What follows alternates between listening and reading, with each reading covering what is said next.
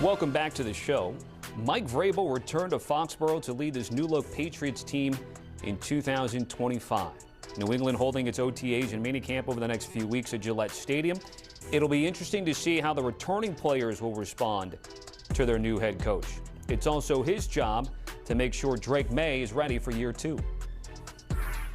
Impressions of Drake Maye and how he's been adapting to, learning a new system. Well, I think everybody's worked extremely hard, including Drake, to pick up what we want to do offensively and defensively, and now that has to start to translate onto the practice field in a spring setting without pads. And I think that we're off to a good start. I think we had a positive day. We're able to mix some speed stuff in and some competitive stuff to a point. Kept guys off the ground, got a bunch of looks and a bunch of reps. So I think we're off to a good start, and Drake's a part of that. We've got Tyler Sullivan joining us here on HQ Spotlight at the team facility. So first and foremost, how did Drake Maye look today? Well, it's a good thing that it's May, and it's the second day of OTAs for the team, the first that we saw as the media, because the second-year quarterback threw 4 interceptions. Not particularly the sharpest day for Drake Maye, but this is kind of what Mike Vrabel was talking about, right? Laying that foundation. You're going to make mistakes. You're learning a new system. In a perfect world, Drake Maye is going into his second year with a stable coaching staff. It's just not the reality. He's going with a new head coach in Mike Vrabel, a new offensive coordinator in Josh McDaniels. So there's going to be some growing pains. There were some good moments. He had a couple of decent passes throughout the day, but in 11-on-11s, there were back-to-back multiple interception throws. He initially had a really good deep throw to Kayshon Boutte. Came up just short. Boutte wasn't able to haul it in, but a good throw by Drake Maye. Right after that, back-to-back interceptions. They come back around for the second 11-on-11 period. Again, not super full speed, but when your quarterback's throwing back-to-back interceptions, that's not exactly what you're looking for, even if it is Maye. So we're going to get into more specifics, Tyler, in terms of what the team has done to try to get him some more help to have a better year in year two. But in general, just remind us again in terms of Drake Maye. Is he unequivocally the guy? Is he, the carryover from what he proved in his rookie year, playing a majority of the games, getting ready for this season? Yeah, absolutely. Again, you draft this player inside the top 5. You're not shying away from him. And I think what you saw this offseason only furthers that, trading away Joe Milton to the Dallas Cowboys, further solidifying that there really is no question that Drake Maye is going to be your starter in week 1. They move off of him, send him to Dallas. They bring in Josh Dobbs, who is no legitimate threat to Drake Maye whatsoever. He's just a solid veteran backup. So when we're talking about bad days in May, it doesn't necessarily mean that we're pulling the fire alarms and we're saying, hey, listen, Drake Maye's status for week 1 or really throughout the 17-game schedule until he's healthy is in doubt. There's really no question about that. It's more of a week to week. Are you consistent? Can you help elevate this team? Right now, the Patriots made waves this offseason by surrounding Drake Maye. As much as you don't want a mixed match of head coaches and new offensive coordinators, what I believe they brought in Mike Vrabel and Josh McDaniels is a clear upgrade from what we saw a year before. In free agency, you have Stephon Diggs coming in. We haven't seen him today, but he will be available at some point next season. That should only help him. They've added Travion Henderson at the NFL draft, Will Campbell at the NFL draft.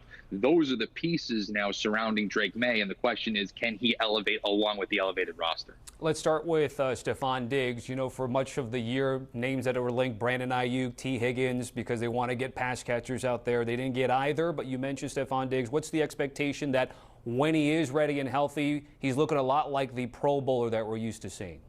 Yeah, that's exactly right. You hope that New England has finally found a number 1 wide receiver. We weren't able to see that today on the field. One of the few players in what was a very highly attended OTA session, one of the players not seen on the field, of course, dealing with the season-ending injury that he dealt with the Houston Texans last year. So not expecting to see Stephon Diggs on the field today. But overall, when he is healthy, this should be one of the best wide receivers the Patriots have had in a long time. The question is how quickly can he get caught up to speed? How quickly can he learn Josh McDaniels' offense, build that chemistry with Drake Maye to fully see the Stephon Diggs that we've come to know going back to his days with the Minnesota Vikings? But you see it here. The question to me is, there's going to be a lot of wide receivers in this offense right now. Obviously, Stephon Diggs is going to be penciled in on this depth chart. Mac Hollins is another one who they signed this offseason, who I believe is going to be penciled in to this roster, has a history with Josh McDaniels. They draft Kyle Williams. You have Pop Douglas. And, oh, yeah, there were 2 wide receivers that they drafted a year ago in Jalen Polk and Javon Baker. That's a crowded room. And Mike Vrabel was even asked about the crowded wide receiver room, and he kind of brushed it off. He says, you know what, it's Maye. Every team has a crowded wide receiver room. But for a team that is starved of impact players on offense, they're going to want to see somebody step up if Stephon Diggs takes a little bit longer to get caught up to speed. What's the vibe of Will Campbell, a guy that's going to be tasked with helping to protect Drake Maye? Yeah, so far so good. And I think, again, it's non-contact. It's an OTA session, so it's tough to really glean too much. But you have a player who, leading into the NFL draft, there were questions of, is this player a guard? From everything that I saw, he seems to be a bona fide left tackle for the New England Patriots. He was out there when Drake Maye was taking reps, so you could equate that to maybe being first-team reps. And from everything that I've seen so far, has looked the part. And that's all you're asking for at this point in the offseason.